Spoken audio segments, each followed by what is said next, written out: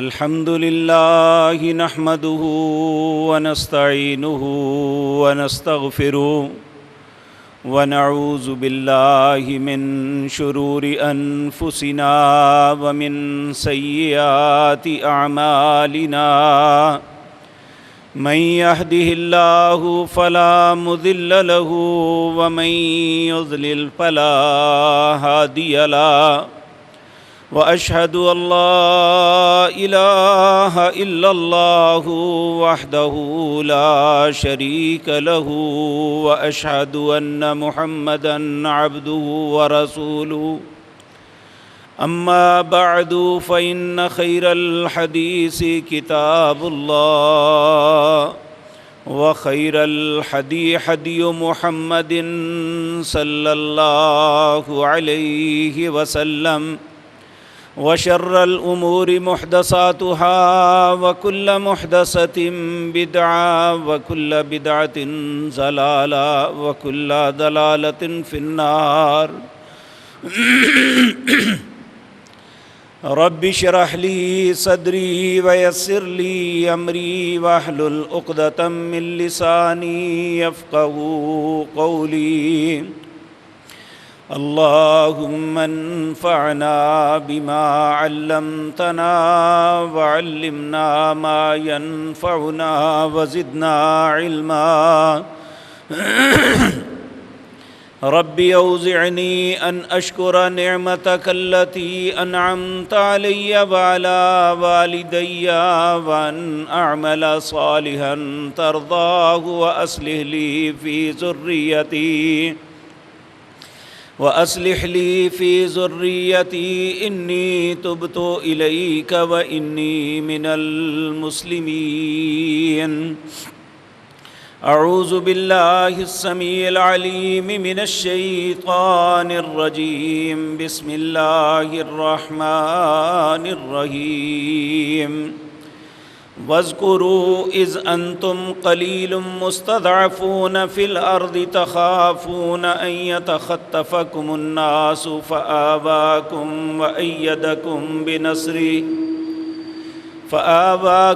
وأيدكم بنصره ورزقكم من الطيبات لعلكم تشكرون يا أيها الذين آمنوا لا تخونوا الله والرسول وتخونوا أماناتكم وأنتم تعلمون واعلموا أنما أموالكم وأولادكم فتنة وأن الله عنده أجر عظيم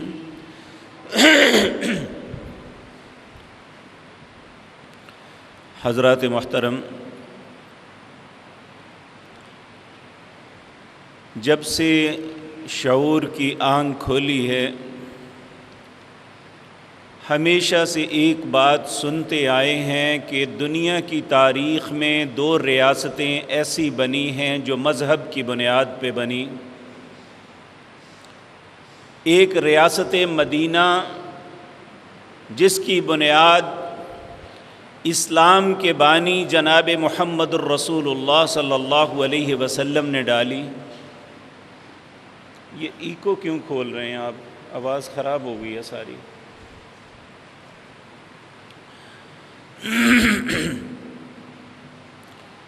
اور دوسری کے متعلق جو دعویٰ کیا جاتا ہے وہ مملکت پاکستان ہے کہ جس کے متعلق یہ کہا جاتا ہے کہ یہ مذہب کی بنیاد پہ وجود میں آئی۔ یہ بات یاد رکھیں، جب سے یہ دنیا بنی ہے، جب تک یہ دنیا رہے گی، اللہ کا قانون ہمیشہ ایک جیسا رہا ہے اور ایک جیسا رہے گا۔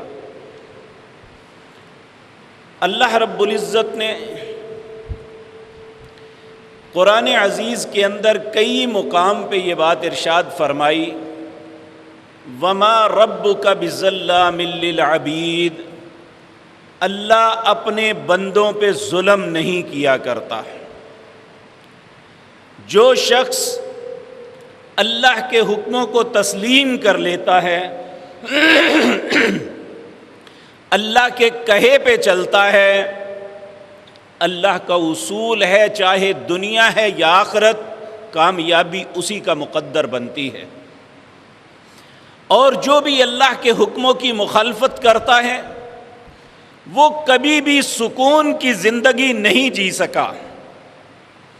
آپ بے شک دنیا کے وہ ممالک جو ہماری نظروں میں ترقی کی معراج پہ ہیں، آپ ان کے پاس سکون نام کی کوئی چیز نہیں دیکھیں گے۔ سکون کسے ملتا ہے؟ جسے اللہ عطا کر دیتے ہیں۔ تو آج کی مجلس میں دو چیزوں پہ غور کرنا ہے۔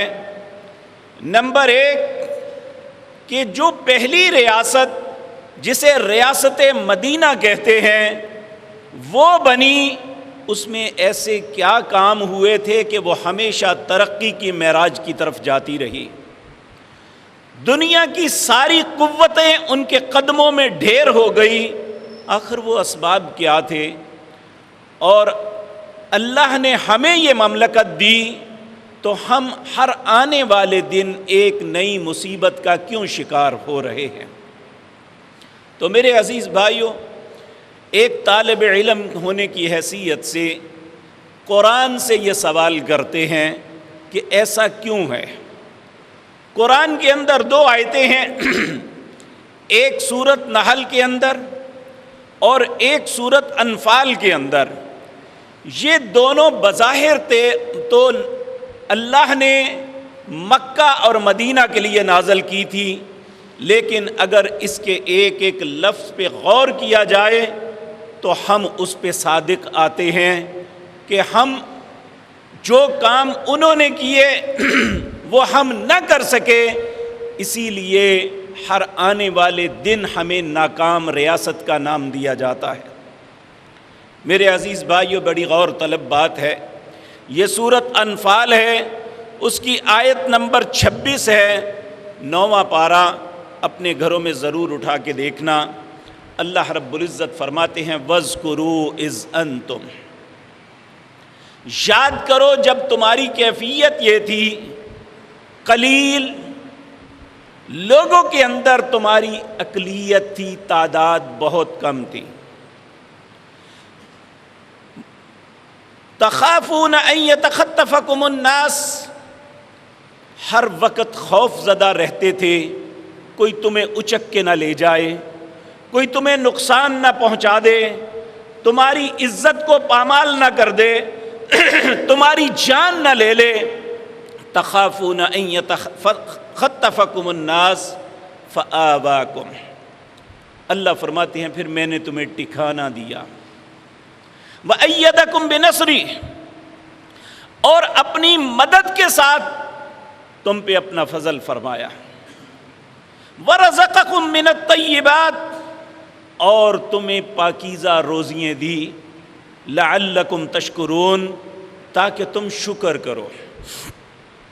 اب ذرا غور فرمائیں، مکہ مکرمہ کی زندگی، رسول اللہ صلی اللہ علیہ وسلم آپ نے جب نبوت کا دعویٰ کیا، نبوت کا اعلان فرمایا، اس وقت آغاز میں صرف 6 لوگ تھے جو آپ پہ ایمان لائے، جنہوں نے ایک لمحہ بھی تاخیر نہیں کی۔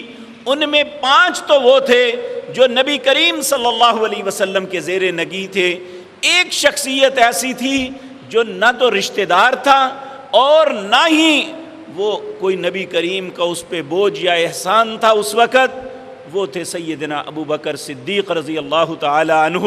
یہ 6 لوگ پہلے ہی لمحے جب آپ نے اپنی نبوت کا اعلان فرمایا تو فوری طور پہ یہ لوگ مسلمان ہو گئے۔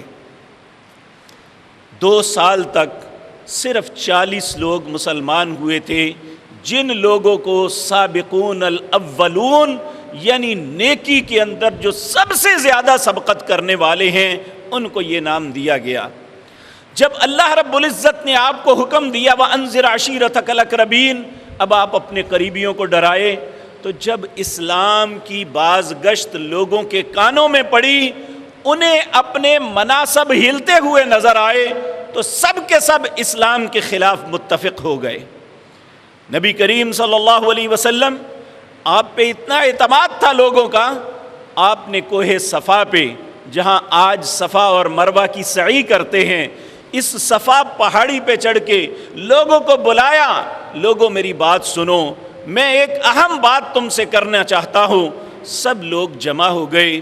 نبی کریم صلی اللہ علیہ وسلم نے ان سے پوچھا، میں نے 40 سال تمہارے اندر زندگی گزاری، میری ذات کے متعلق اگر تمہارے دل میں کوئی ملال ہے، اگر کوئی سمجھتے ہو کہ میری ذات پہ یہ الزام ہے، تو انگلی کرو، اس الزام کو بتاؤ کہ میں نے اپنی زندگی میں کس کے ساتھ، یعنی انسان ہونے کے ناطے کسی کے ساتھ زیادتی کی ہو، کسی کو برا بولا ہو، کسی کا حق مارا ہو، یا علی ھذا القیاس میں اپنی ذاتی کردار میں کوئی ایسی بات کی ہو کہ تم میرے کردار پہ انگلی رکھ سکو، بتاؤ کوئی میری زندگی میں دیکھا ہے تو۔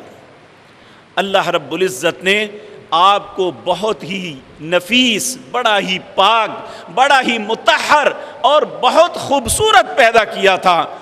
جس طرح آپ چہرے کے اعتبار سے خوبصورت تھے، اسی طرح آپ کا اخلاق آپ کے چہرے سے بھی زیادہ خوبصورت تھا۔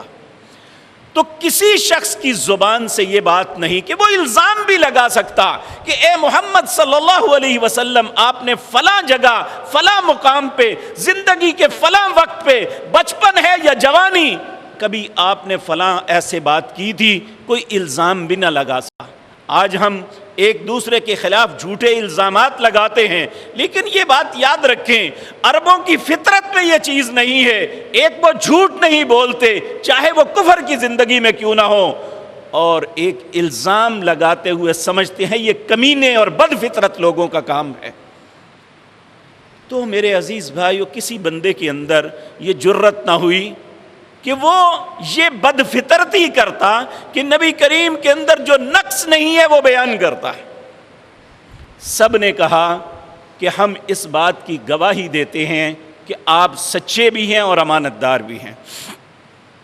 نبی کریم صلی اللہ علیہ وسلم نے فرمایا، اگر آپ مجھے سچا سمجھتے ہیں اور یہ بھی سمجھتے ہیں کہ میں امانت دار ہوں، میں بددیانتی نہیں کروں گا، تو پھر اللہ نے مجھے نبوت دی، قولوا لا الہ الا اللہ تملک العرب والعجم، تم لا الہ الا اللہ کہہ دو، عرب و عجم کے مالک بن جاؤ گے۔ تو آپ کا وہ چچا جو ابو لہب جس کا نام تھا، یہ شخص اس نے اپنے دونوں بیٹوں کی نسبت نبی کریم کی بیٹیوں کی طرف کی ہوئی تھی۔ اس نے نبی کریم صلی اللہ علیہ وسلم کی پیدائش پہ اپنی لونڈی سویبہ کو آزاد کر دیا تھا اپنے بھتیجے کی خوشی میں، اور ہمیشہ بڑا اچھا ریلیشن رہا آج سے پہلے تک۔ جب نبی کریم نے یہ بتایا کہ ایھا الناس قولوا لا الہ الا اللہ تملک العرب والعجم، عرب و عجم کے مالک بن جاؤ گے، تم کہہ دو اللہ کے علاوہ کوئی الہ نہیں، تو سب سے پہلے یہی شخص بولا تبا لک یا محمد صلی اللہ علیہ وسلم، نعوذ باللہ من ذالک، کہنے لگا ہلاک ہو جائے اے محمد تو، الہٰذا جمعتنا، کیا اس لیے ہمیں جمع کیا تھا؟ تو نبی کریم صلی اللہ علیہ وسلم ایک شریف النفس، ایک انتہائی با اخلاق، جنہیں اللہ نے کہا کہ ہم نے آپ کو عظیم خلق سے نوازا، وہ کیسے بری بات کا برا جواب دے سکتے تھے؟ وہ خاموش رہے۔ اللہ نے جواب دیا تبت یدا ابی لہب وتب، ابو لہب ہلاک ہو جائے، اس کے ہاتھ برباد ہو جائے، میرے نبی کیوں ایسا ہوں؟ تو میرے عزیز بھائیو، یہاں سے نبی کریم صلی اللہ علیہ وسلم اور آپ پہ ایمان لانے والے لوگوں کے ساتھ دشمنی شروع ہو جاتی ہے۔ مکے کی اکثریت اسلام اور اسلام کو ماننے والے کے مخالف ہے۔ اللہ رب العزت یہ احسان یاد کروا رہے ہیں، وَاذْكُرُوا إِذْ أَنْتُمْ قَلِيلٌ مُسْتَضْعَفُونَ فِي الْأَرْضِ، اپنی ہی زمین پہ تم بہت کمزور تھے، کم بھی تھے اور کمزور بھی تھے۔ اور آپ دیکھتے ہیں سیدنا ابو بکر صدیق رضی اللہ تعالی عنہ، آپ کے گلے میں کپڑا ڈال کے اتنا دبایا گیا کہ آپ کے لیے امکان نہیں تھا کہ بچ جاتے، لیکن جسے اللہ رکھے اسے کون مار سکتا ہے۔ سیدنا عثمان رضی اللہ تعالیٰ عنہ، علی ھذا القیاس جو غلام اور ضعیف اور کمزور، یہ تو خاندانی مالدار لوگ تھے، ان کے ساتھ یہ سلوک تھا، تو غرباء کے ساتھ یہ تھا کہ مکے کی گلیوں میں ان کی ٹانگوں میں رسیاں باندھ کے گھسیٹتے بچے پکڑ کے۔ سیدنا بلال، سیدنا عمار، سیدنا یاسر، ان کے ساتھ یہ سارا معاملہ جو ہوا، اور ان کی بیوی سمیہ کے ساتھ جو ہوا، وہ کسی سے ڈھکا چھپا نہیں ہے۔ اللہ رب العزت فرماتے ہیں کہ یہ آپ کے ساتھ یہ معاملہ تھا، فآواکم، پھر اللہ نے آپ کو جگہ دی، یعنی مدینہ منورہ میں جگہ دے دی۔ اب اسی چیز کو ہم اپنے اوپر لیتے ہیں۔ میرے عزیز بھائیوں، جب مغل حکمرانی ختم ہو گئی، انگریز نے اس ملک پہ قبضہ کر لیا، تو اب انگریز نے کبھی ہندوؤں کے خلاف کوئی کارروائی نہیں کی تھی، کبھی سکھوں کے خلاف کارروائی نہیں کی تھی۔ جب بھی ان کے عتاب کا نشانہ بنتے تو مسلمان بنتے تھے۔ اور ایک انگریز مورخ لکھتا ہے، کہتا ہے میں گیا تو سیاحت کے لیے، جب میں انڈیا میں پھرا تو میں نے دلی اور کلکتہ اور مختلف شہروں کے نام لکھ کے کہتا ہے میں نے کوئی ایسا درخت نہیں دیکھا جہاں مسلمانوں کی لاشوں کو لٹکایا نہ گیا ہو، جہاں مسلمان، جس درخت پہ کسی مسلمان کو پھانسی نہ دی گئی ہو۔ یہ کیفیت تھی۔ یاد رکھیں 1887 سے لے کر آج جو اس ملک کے مامے بن رہے ہیں، انہیں احساس ہی نہیں ہے، صرف 3 لاکھ علماء تھے جنہوں نے انگریز کے خلاف جد و جہد کرتے ہوئے اس ملک کے لیے اپنی جانوں کو قربان کیا، اور دوسرے ہندو تھے جو اکثریت میں، اور انہوں نے جو کچھ سلوک مسلمانوں کے ساتھ کیا وہ ڈھکا چھپا نہیں۔ بالکل یہی کیفیت جو مکہ مکرمہ کے اندر جناب محمد الرسول اللہ کے ساتھیوں کے ساتھ تھی، ہندوستان کے اندر ہمارے آبا کے ساتھ یہی کچھ ہو رہا تھا۔ ساری جتنی معیشت تھی، جتنا مال تھا، سب ہندوؤں کے پاس۔ مسلمان کوئی صنعت کار نظر نہیں آتا تھا، کوئی کاشتکار نظر نہیں، الا ماشاء اللہ بہت دور دور تک شاید کوئی نظر آتا۔ سب کے سب مزدوری کرتے، ہر طرف ایک کمزور اور ضعیف قوم ہر طرف تھی۔ اس کے باوجود دین اور ایمان ایک ایسی چیز تھی جس نے ہمیشہ انہیں کھڑا رکھا۔ اللہ رب العزت نے ان پہ احسان کیا، انہیں بھی ایک مملکت عطا فرمائی، انہیں بھی سکون کا سانس آیا۔ جس طرح ریاست مدینہ بنی، اللہ نے یہ مملکت پاک یہ عطا کی، اور اس کے اندر لوگ آ گئے۔ اب وہاں بھی آئے تھے، یہاں بھی لوگ آئے۔ جب وہاں آئے تو پیارے نبی جناب محمد رسول اللہ قائد اعظم تھے، انہوں نے لوگوں کے درمیان مواخات کروائی، بھائی چارہ کروا دیا۔ اللہ قرآن میں تعریف کرتا ہے ان لوگوں کی، والذین آووا ونصروا، وہ لوگ جو مدینے کے رہنے والے تھے، انہوں نے صرف جگہ ہی نہیں دی بلکہ مدد بھی کی۔ اور کیسے مدد کی؟ دنیا کی تاریخ میں ایسی مثال نہیں ملتی جو مدینہ کے لوگوں نے دی۔ اگر نبی کریم نے کہا یہ خاندان تمہارا بھائی ہے، تو مدینہ میں رہنے والے لوگوں نے کہا، حالانکہ ان کے پاس کوئی کلیم داخل کرنے کی چیز نہیں تھی، کیونکہ یہاں سے تو مسلمانوں ہندو چلے گئے، جو مہاجر آنے والے تھے انہوں نے اپنے اپنے کلیم داخل کیے اور انہوں نے اپنی پراپرٹیز اور دوسری چیزیں وصول کی، لیکن وہاں تو ایسا معاملہ نہیں تھا۔ لیکن اس کے باوجود ان کے سامنے یہ آیت تھی، یا ایھا الذین آمنوا لا تخونوا اللہ والرسول وتخونوا اماناتکم، اہل ایمان اللہ اور اس کے رسول کے ساتھ خیانت نہ کرنا، اور آپس میں بھی ایک دوسرے کے ساتھ خیانت نہ کرنا۔ خیانت تو بڑی دور کی بات تھی، انہوں نے احساس، قربانی کی ایسی مثالیں قائم کی۔ ایک صحابی نے، جس کا بھائی ابو طلحہ رضی اللہ تعالیٰ عنہ، ان کا بھائی حضرت سعد بن ابی وقاص کو بنایا گیا، تو نبی کریم صلی اللہ علیہ وسلم نے انہیں کہا تم بھائی بھائی ہو۔ اس نے کہا سعد بعض کہتے ہیں عبد الرحمن بن عوف بھائی تھے. تو جب انہوں نے انہیں کہا کہ میں آدھی پراپرٹی اپنے ٹوٹل اثاثے آدھے تمہیں دیتا ہوں، آدھے میرے پاس، حتیٰ کہ قربانی اور اثار میں یہاں تک کہا میرے پاس 2 بیویاں ہیں، تم لٹے پھٹے آئے ہو، اکیلے ہو، میں اپنی ایک بیوی کو طلاق دیتا ہوں، تم اس کے ساتھ نکاح کر لو. دنیا کی تاریخ میں ایسی مثالیں آپ کو نہیں ملیں گی.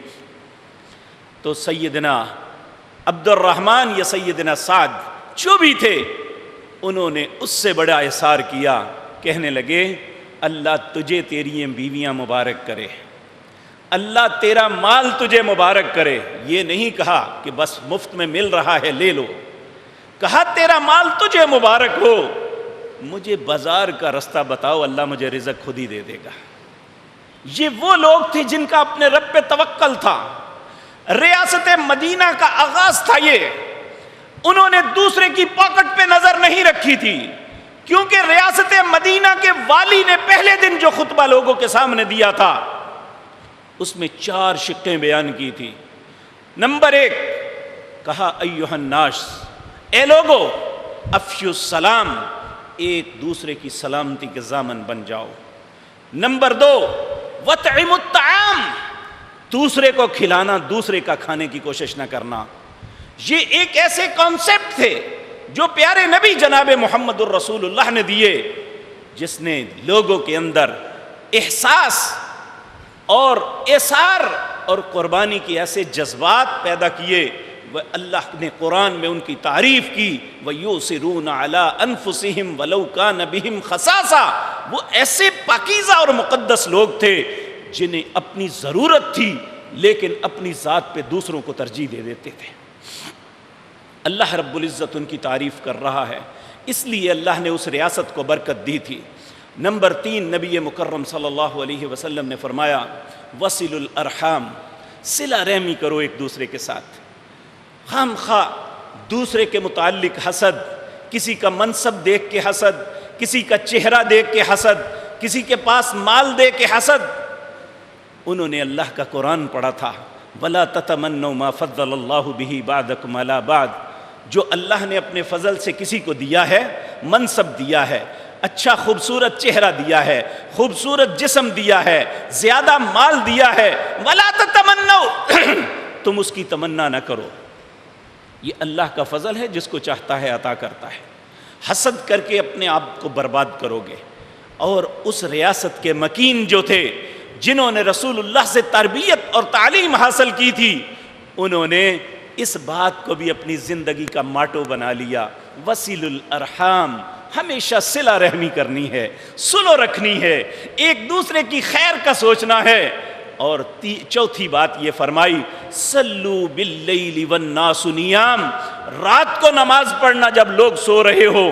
فرض نماز تو چھوڑنے کا سوچنا ہی نہ، بلکہ وہ نماز ادا کرنا جو انسان کو اللہ کے قریب تر کر دیتی ہے، یعنی نماز تہجد. کہ صلو باللیل والناس نیام، یہ ریاست مدینہ کا آغاز تھا. اس لیے اس میں جو بھی کام ہوتا اللہ اس میں برکتیں نازل فرماتا، اللہ اس میں وسعتیں دیتا. اور دیکھیں 10 سال کی مدت کے اندر نبی کریم ہمیشہ حالت جنگ میں رہے.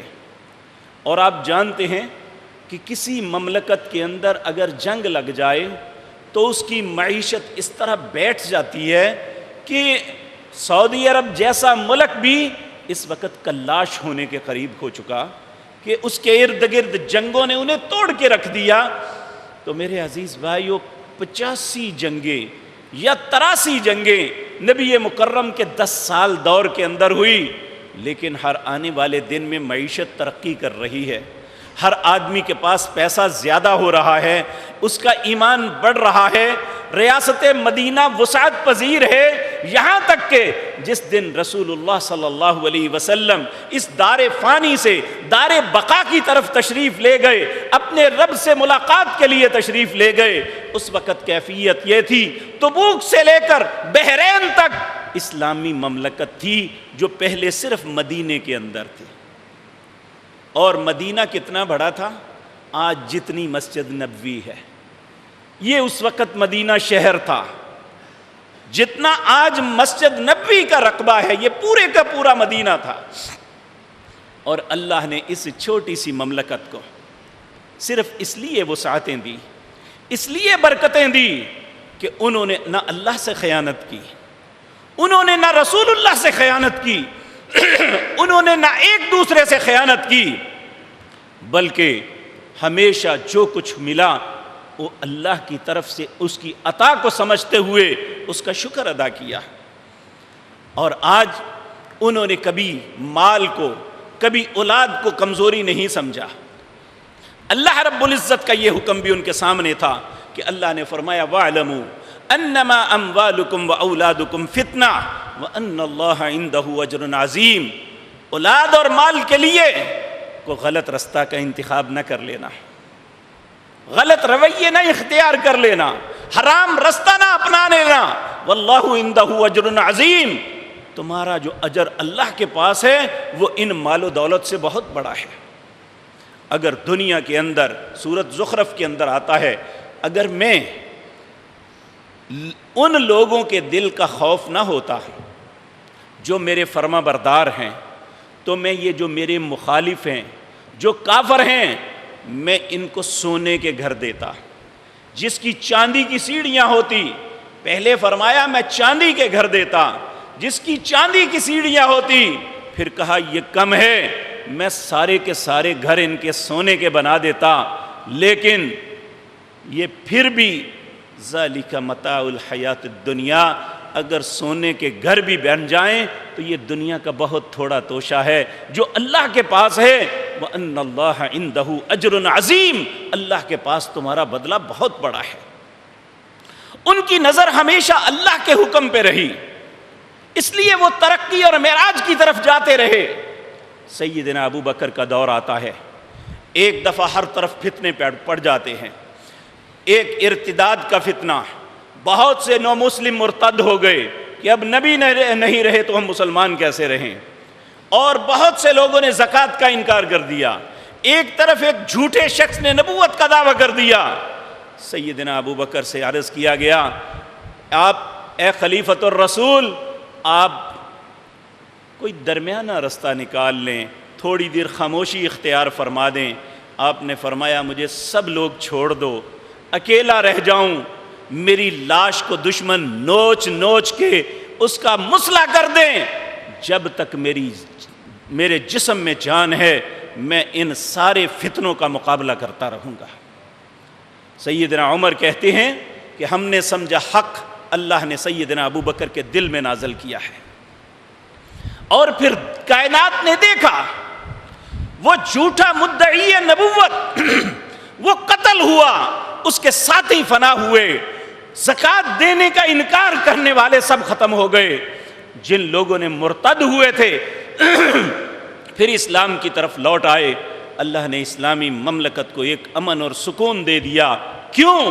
کہ وہ نہ اللہ سے خیانت کرتے تھے, نہ اس کے رسول سے, نہ آپس میں ایک دوسرے سے خیانت کرتے تھے.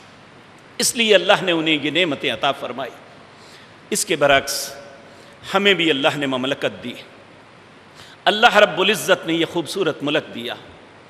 آپ میرے عزیز بھائیو آج بھی دیکھ لیں, دنیا کے کسی ملک, بہت کم ایسے ملک ہیں جہاں 4 موسم ہوتے ہیں. اس میں بہار کا موسم بھی ہوتا ہے, خزاں کا بھی ہوتا ہے, برسات کا بھی ہوتا ہے, گرمی کی شدت کا بھی ہوتا ہے. یہ چاروں موسم دنیا کے ممالک میں چلے جاؤ, دھوپ کو کئی لوگ ترستے ہیں, کئی لوگ چھاؤں کو ترستے ہیں کبھی کوئی بادل کا قطرہ آ جائے, کئی لوگ اس بات کو ترستے ہیں کوئی ٹھنڈک تھوڑی سی آ جائے, کئی اس بات کو ترستے ہیں کہ تھوڑی سی تپش مل جائے, لیکن ان کے نصیب میں نہیں ہے. اللہ کا کتنا بڑا انعام ہے کہ تھوڑے دن گزرتے ہیں موسم بدل جاتا ہے, ایک نئے موسم سے لطف اندوز ہوتے ہیں. اور اپنے اناج اور پھل کی طرف دیکھیں, جتنی نعمتیں اللہ نے اس خطے کو دی ہیں پوری دنیا میں پھر لو, تمہیں ایسی نعمتیں کبھی نظر نہیں آئیں گے. آم ایک پھل ہے, دنیا کے سارے ممالک کے اندر جو یہ پھل ہوتا ہے اس کا مقابلہ اپنے کے ساتھ کر لو, اللہ نے جو ذائقہ آپ کے پھل کو دیا ہے وہ کسی اور کو نہیں دیا. اللہ نے جو آپ کے چاول کو ذائقہ دیا ہے پوری دنیا میں کسی دوسرے کو نہیں دیا. یہ ساری اللہ کی نعمت تھی جو ہمیں عطا ہوئی. صرف خطہ ہی نہیں ملا, ہمیں کھانے کے لیے بہترین ملا. دوسری آیت سورۃ نحل کے اندر اللہ رب العزت فرماتے ہیں وَضَرَبَ اللَّهُ مَثَلًا قَرْيَةً, مثال بیان کرو اس قریہ کی, اس بستی کی, کانت آمنۃ مطمئنہ, اس کے رہنے والے بڑی اطمینان کی زندگی بسر کر رہے تھے. جب ملک بنا, تقسیم ہو گئی, لوگوں کو کام کے لیے اپنے اپنے کام پہ لگ گئے, صنعتیں لگنی شروع ہو گئی, ملک ترقی کی رفتار بڑی تیزی کے ساتھ چلنا شروع ہوا. اور صرف صنعتیں ہی نہیں, زراعت میں اللہ نے ترقی دی, کاروبار کی وسعتیں دی. وہ لوگ جو ہندوؤں کے سیلز مین تھے اپنے بڑے بڑے سیٹ اپ, ٹریڈنگ کے بہت بڑے بڑے ٹریڈر بن گئے. وہ لوگ جو ہندوؤں کی مزارع بن کے زندگی گزارتے تھے انہیں بہت بڑی بڑی زمینیں الاٹ ہو گئی, وہ خود ذمہ دار بن گئے. وہ لوگ جو مزدوری دوسروں کے کارخانوں میں کرتے تھے اللہ رب العزت نے انہیں خود صنعت کار بنا دیا. کیا یہ سارا کچھ نہیں تھا؟ جب پاکستان بنا, آج ہمارے شہر میں 5000 سے زیادہ فیکٹریاں ہیں, لیکن جب پاکستان بنا تو صرف 2 لوگ مسلمان تھے, باقی سب کے سب ہندو صنعت کار تھے. کیا یہ ڈھکی چھپی بات ہے؟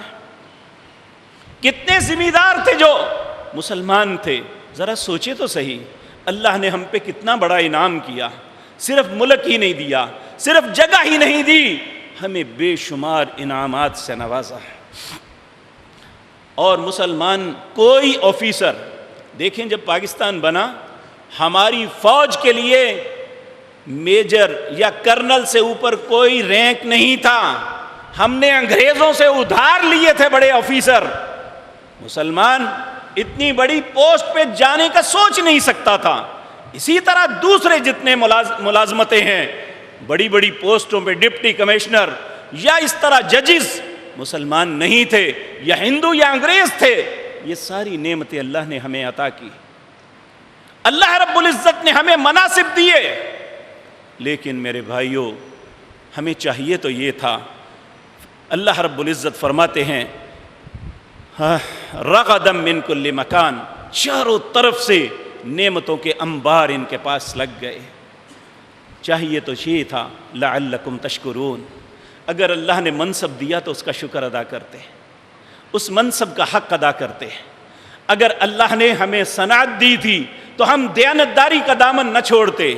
اگر اللہ نے ٹریڈنگ دی تھی لوگوں کے ساتھ دھوکہ نہ کرتے.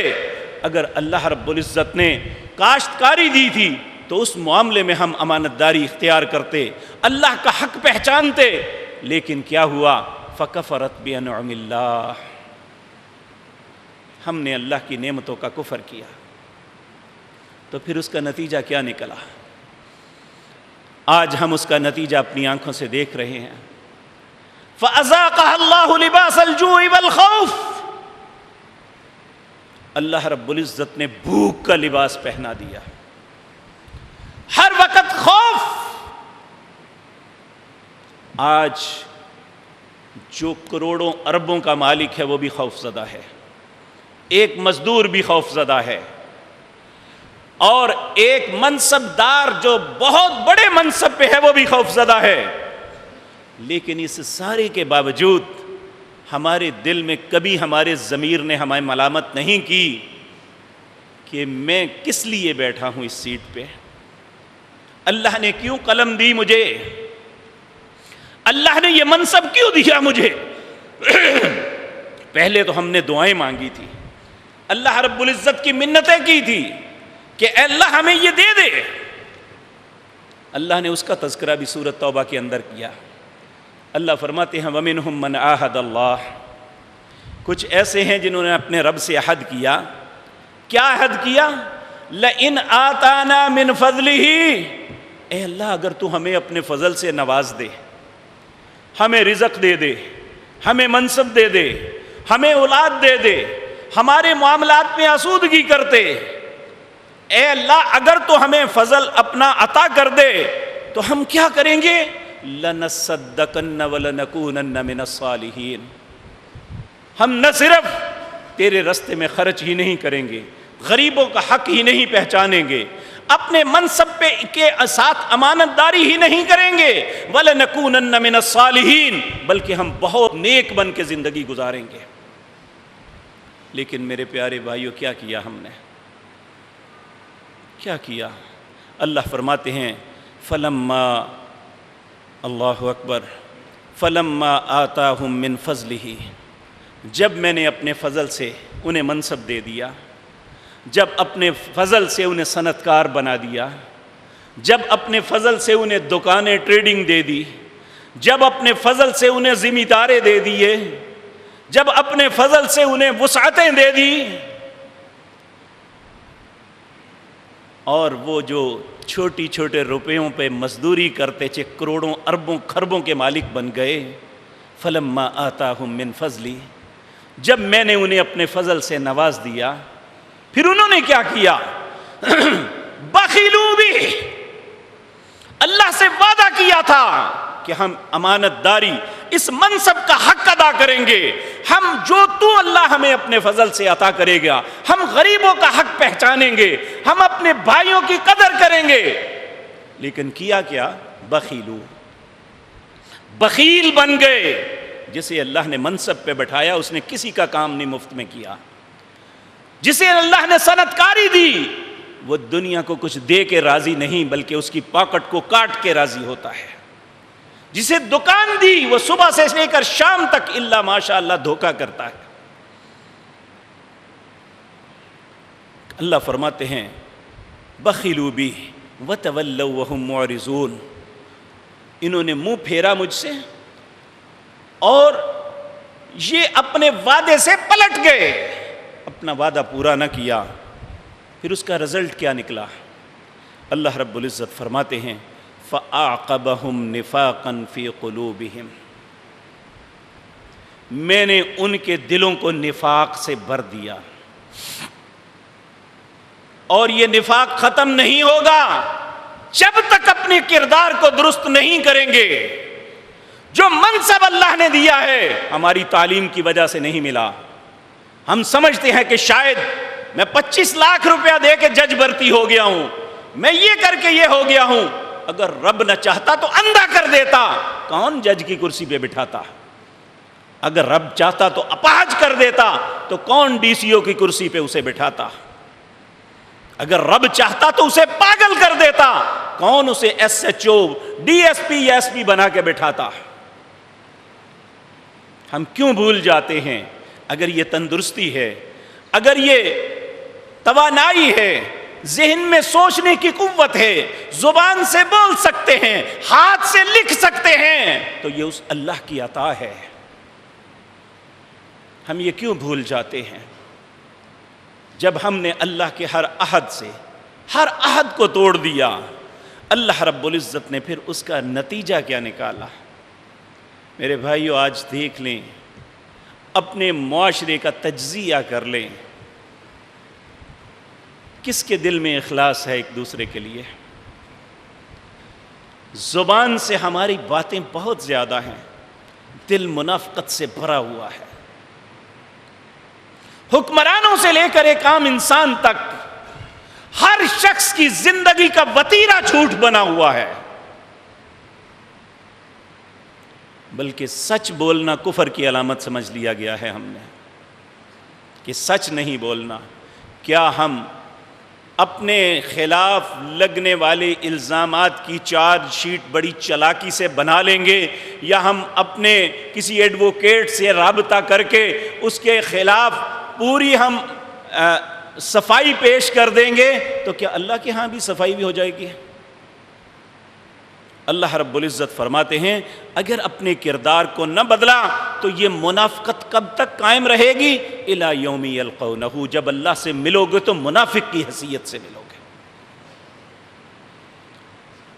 اللہ اکبر۔ یہ سب کچھ کیوں ہوگا؟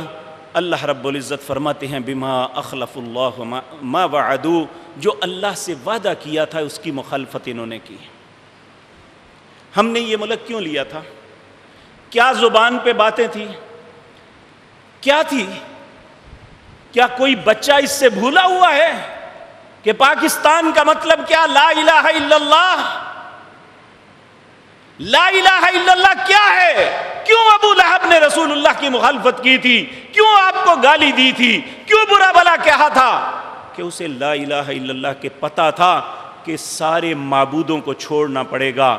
ملک تو لا الہ الا اللہ کے نام پہ لیا، ہندوؤں سے اس لیے الگ ہوئے کہ ہندو 3000 مورتیوں کو پوجتے تھے، آج ہم 3 لاکھ قبروں کے پجاری ہیں اور اپنے آپ کو مسلمان کہتے ہیں۔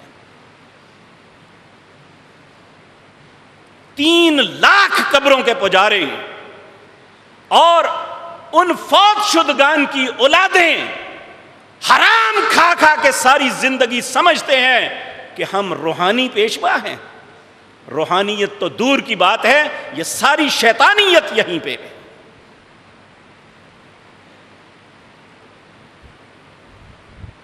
اس ریاست مدینہ کی سب سے پہلی بات توحید تھی۔ رسول اللہ کی دعوت کی بنیاد توحید تھی۔ ہم نے اللہ سے عہد کیا کہ اللہ یہ مملکت دے دے، ہم سارے معبودان باطل کو چھوڑ کے صرف تیری عبادت کریں گے۔ آج ہمیں اللہ بیٹا نہیں دیتا، ہمیں علی حجویری دیتا ہے۔ آج ہمیں رزق اللہ نہیں دیتا، ہمیں کوئی اور بابا دیتا ہے۔ تو میرے بھائیوں، جب اللہ سے عہد توڑیں گے، بما اخلف اللہ ورسول بما اخلف اللہ ما وعدو، ہم نے اللہ سے جو وعدہ کیا تھا اس کے خلاف کر رہے ہیں۔ اللہ رب العزت فرماتے ہیں وَبِمَا كَانُوا يَكْذِبُونَ، یہ سب جھوٹ بولتے تھے۔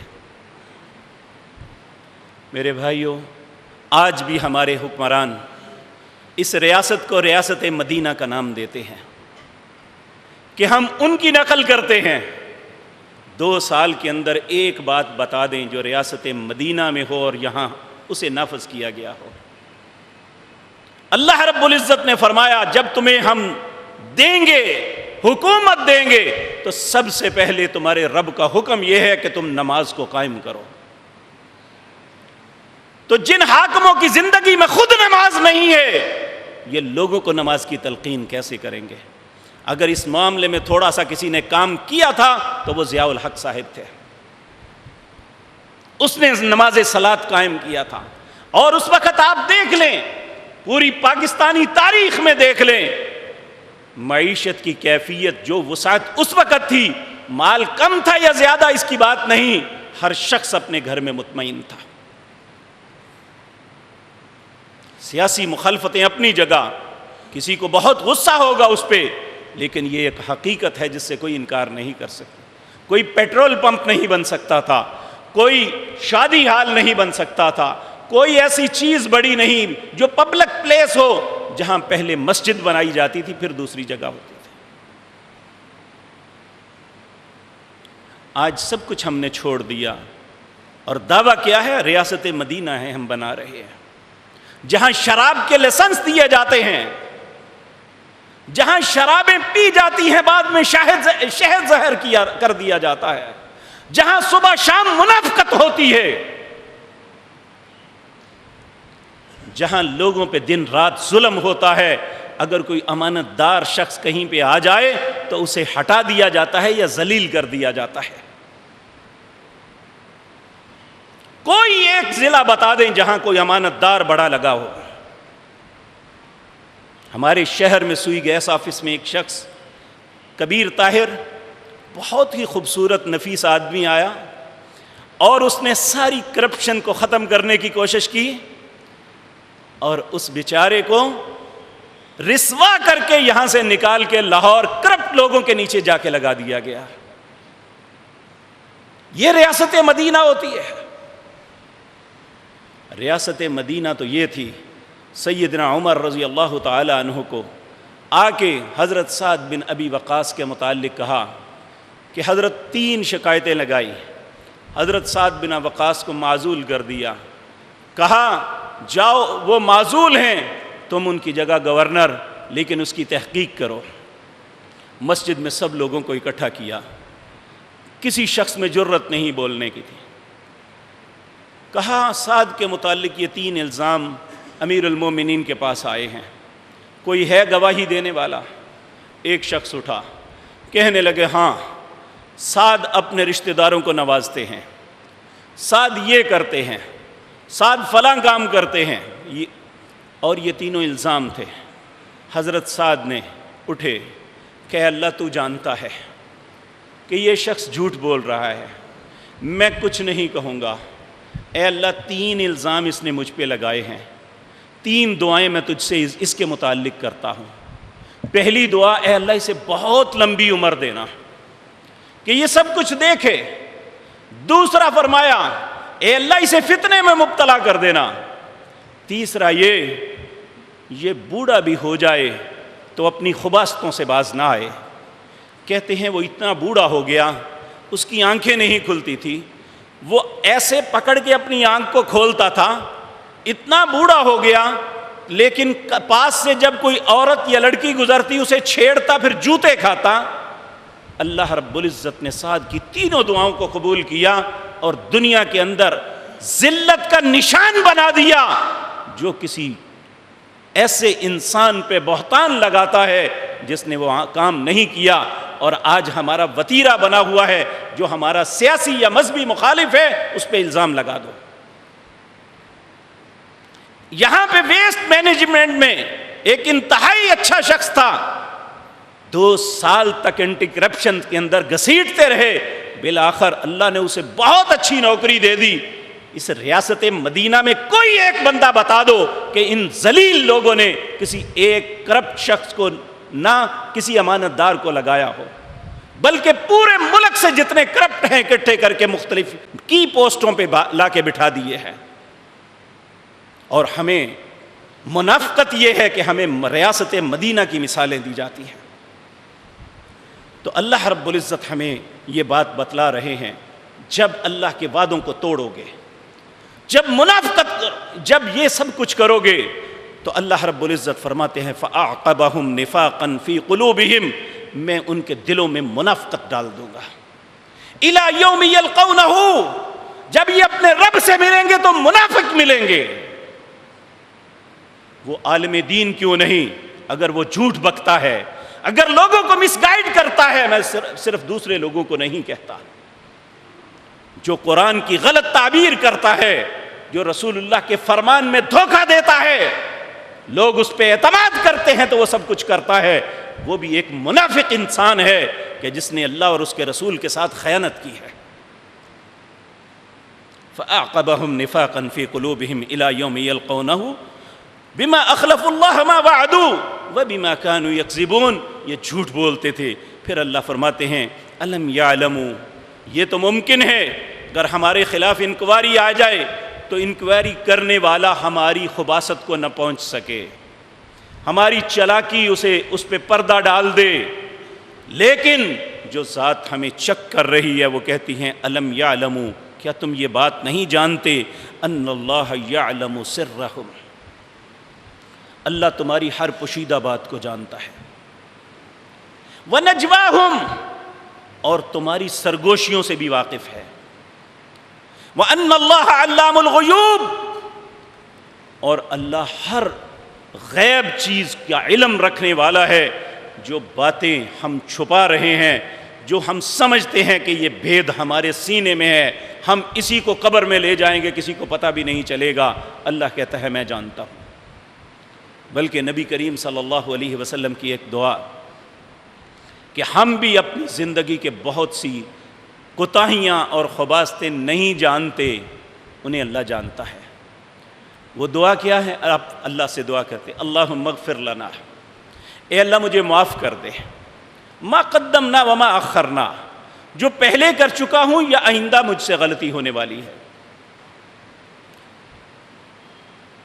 اللہم اغفر لنا ما قدمنا وما اخرنا وما اسررنا وما اعلنا، اے اللہ جو چھپ کے کی ہیں اور جو علانیہ کی ہیں سب معاف کر دے۔